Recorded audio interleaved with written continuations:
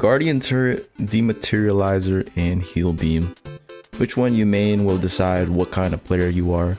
This video is about dissecting each specialization. I'll talk pros and cons, share some tips, and determine which one is ultimately the best pick for you. First up on the chopping block, the Guardian Turret. This little deployable turret carries a not so little FCAR assault rifle, ready to blast any enemy within 20 meters of its 150-degree line of sight. There's many pros the turret provides, like automatic defense, doing about 40 damage per second firing at any detected threat. It acts almost as a second pair of eyes, monitoring areas you might not be able to keep an eye on yourself. The turret is great at deterring enemies from entering areas, making it very effective for locking down rooms, especially when multiple turrets are set down by your team. This is extremely helpful when you need that extra valuable time to secure the objective.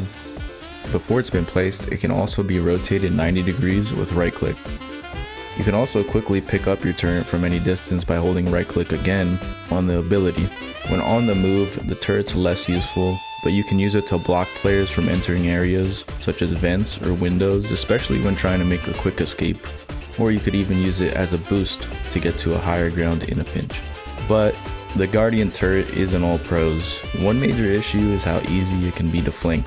Most opponents understand that the turret won't shoot behind itself, rendering it less useful, especially for classes that are more agile. The only counter to this is placing the turret up against a wall or tucked into a corner, which isn't doable in surprise gunfights. Starting the turret up already takes 5 seconds in itself.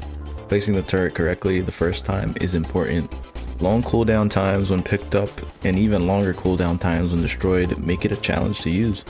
Finally, with 280 health and the fact that it's stationary, once enemies discover its position, they can destroy the turret relatively quickly with focused fire or disable it with gadgets and abilities such as glitch grenades and goo grenades. It lacks flexibility, unlike abilities that can be used multiple times on the move and should only be used on maps where the objective is typically in an enclosed area. If you want to have some fun, pair the turret up with the R357 revolver. Then your turret just needs to hit any light once, then you can 1-tap them with a headshot and 2-tap mediums with at least one headshot. A great gadget to pair it with is the APS, turning your mobile machine gun into a fortress and keeping explosives from wiping you and your team out. Now that we know the Guardian Turret is best for all you defense dogs, let's move on to something different, the Dematerializer. When activated, it hacks an opening on almost any surface that you can then pass or shoot through. With 3 uses and a quick cooldown of 10 seconds, this ability offers both creative and strategic advantages. Create holes in the enemy's defense, literally. These almost silent openings can cause enemies to panic, and more times than not lead to a free kill. These new unexpected angles can catch enemies off guard and give you the edge even against seasoned players. With it, you can now create pathways for yourself and your team to get from point A to B quicker, or use it to escape from sticky situations, then seal the opening behind you to create space. Reposition cash outs for a steal by going to the floor below, dropping the cash out through the floor, then resealing the hole made. You can also do this to enemy players, especially melee players, making them fall to the floor below. Believe it or not, there are some downsides to hacking too. The effectiveness of the Dematerializer is highly situational.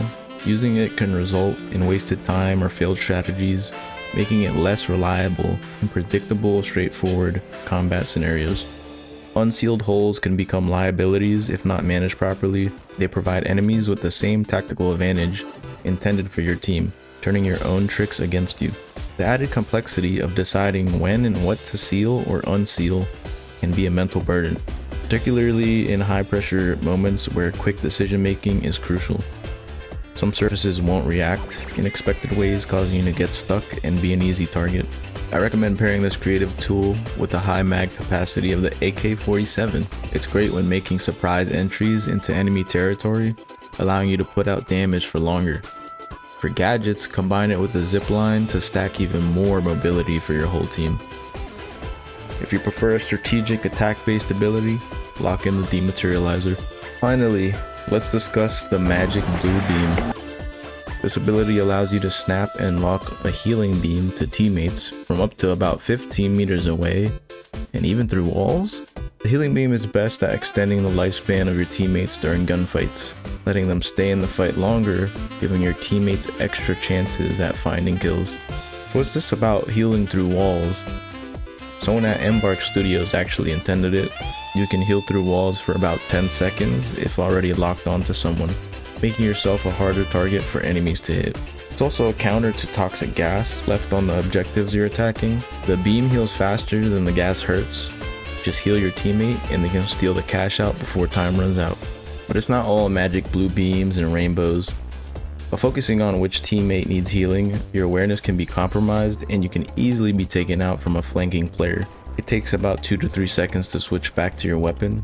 But keep in mind, you can look in any direction and still be healing your teammate if you're already locked on.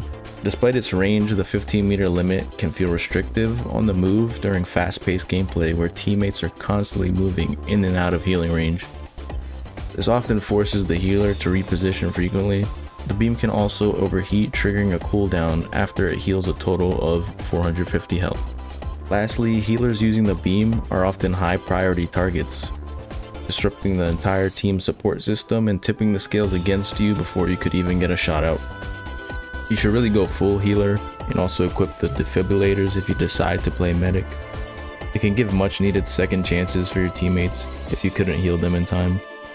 For weapons, I suggest the F-Car, as its high damage output can quickly take down enemies in those emergency situations when you need to switch off from healing. The magic beam is a great pick for most.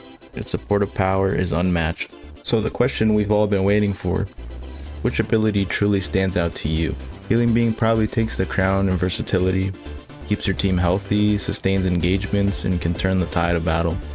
If you're more of an aggressive player, the Dematerializer is your go-to for tactical plays and surprise attacks. Let's not forget the Guardian turret, an excellent choice for controlling key areas while providing automated defense. Tailor your choice to your own playstyle. Don't stick to one. Change abilities based on your teammates' classes and abilities, and by which map is being played. That's all I have for now. If you enjoyed, please like the video, and if you want to see more, subscribe. Thanks for watching.